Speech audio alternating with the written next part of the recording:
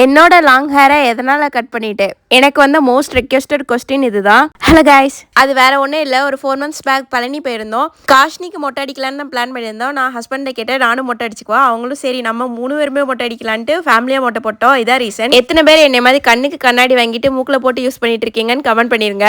லாஸ்ட்டாக என்னோட ஸ்பெக்ஸ் வாங்கி 1 year ஆயிருச்சு. அதை அப்கிரேட் பண்ணுறதுக்கு தான் லென்ஸ் கார்டு வந்திருந்தேன்.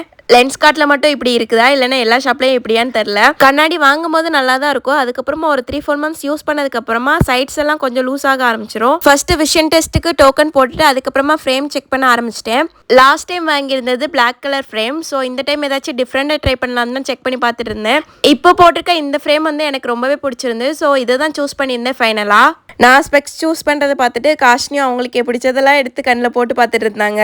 ஒவ்வொரு தடவை இந்த விஷன் செக் பண்ணும் போதும் என் மனசுக்குள்ள இந்த ஒரு பயம் மட்டும் தான் போயிட்டு இருக்கும். ஐ பவர் குறைஞ்சிருக்க கூடாதுன்னு. ஏன்னா ஒரு நாளைக்கு கண்டினியூஸா ஒரு 10 hours ஸ்க்ரீன் டைம் யூஸ் பண்றேன்.